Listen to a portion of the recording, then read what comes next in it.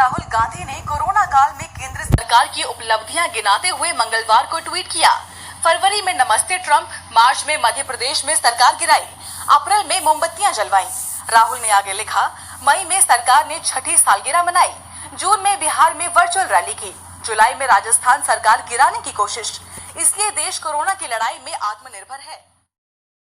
WHO यानी विश्व स्वास्थ्य संगठन के महानिदेशक टेड्रोस एथेनोम घेब्रेयेसस ने सोमवार को कहा, लॉकडाउन के उपाय कोरोना वायरस के ट्रांसमिशन को कम कर सकते हैं, लेकिन पूरी तरह रोक नहीं सकते हैं। टेड्रोस ने कहा, संक्रमित शख्स के संपर्क में आए मामलों और उनके भी संपर्क में आए लोगों को ट्रेस व आइसोलेट करना आवश्यक है। टेड्रोस ने आगे कहा, मोबाइल ऐप्स कॉन्टैक्ट ट्रेसिंग में सहयोग कर सकते हैं, लेकिन जमीनी स्तर पर उतरकर काम करना ज्यादा। जम्मू कश्मीर में होने वाली सालाना अमरनाथ यात्रा को इस वर्ष कोरोना वायरस महामारी की चिंताओं के बीच रद्द कर दिया गया है। श्री अमरनाथ जी श्राइन बोर्ड की मंगलवार को हुई बैठक में यह फैसला लिया गया। वहीं इससे पहले इसी महीने सुप्रीम कोर्ट ने अमरनाथ यात्रा पर रोक लगाने की मांग करने वाली याचिका पर दखल देने से इनकार कर दिया था। रेल मंत्री पीयूष गोयल ने ट्विटर पर उत्तराखंड के नवनिर्मित योग नगरी ऋषिकेश रेलवे स्टेशन की कुछ तस्वीरें शेयर की हैं।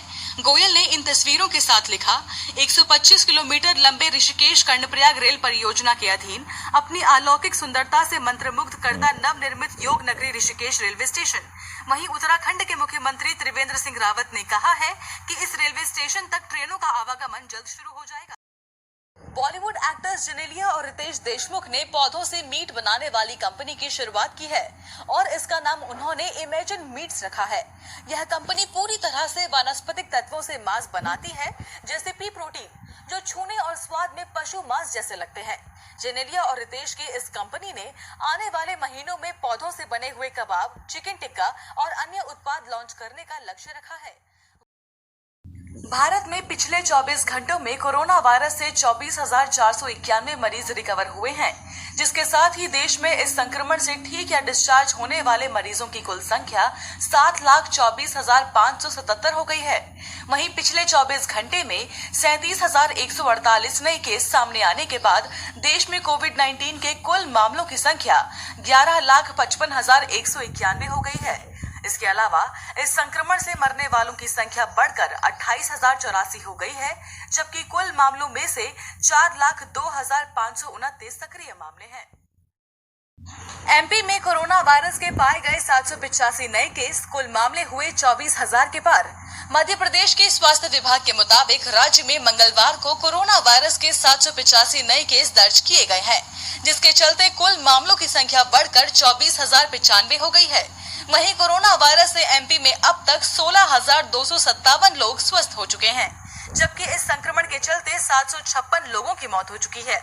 एमपी में अब कोरोना वायरस के सक्रिय मामलों की कुल संख्या 7,082 है। राजीव गांधी हत्याकांड की दोषी नलिनी श्रीहरन के वकील ने कहा है कि नलिनी ने तमिलनाडु के वेल्लोर जेल में आत्महत्या करने की कोशिश की है। पिछले 29 साल से नलिनी जेल में बंद है। वकील ने कहा, जेल प्रशासन ने मुझसे संपर्क किया तो उन्होंने कहा कि नलिनी की दूसरे कैदी के साथ बहस हुई थी। वकील ने आगे कहा, लेकिन इस पर यकीन करना मुश्किल है कि नलिनी ने आत्महत्या जैसा कदम बहस के कारण उठाया होगा। इस मामले की और अधिक स्पष्टता के साथ जांच होने की जरूरत है। सांस लेने के वाल्व वाले N95 मास्क कोरोना वायरस को फैलने से नहीं रोकते। सरकार स्वास्थ्य सेवाओं के महानिदेशक राजीव गर्ग ने N95 मास्क विशेष तौर पर सांस लेने के लिए वाल्व वाले मास्क के अनुचित उपयोग को लेकर चेतावनी दी है।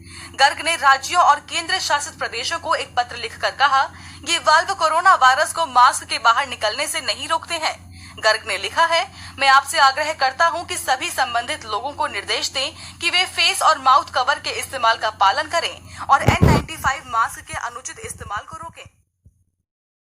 तमिलनाडु के शख्स ने सोने के धागों से बनाया 2,75,000 रुपए का फेस मास्क। तस्वीरें आई सामने।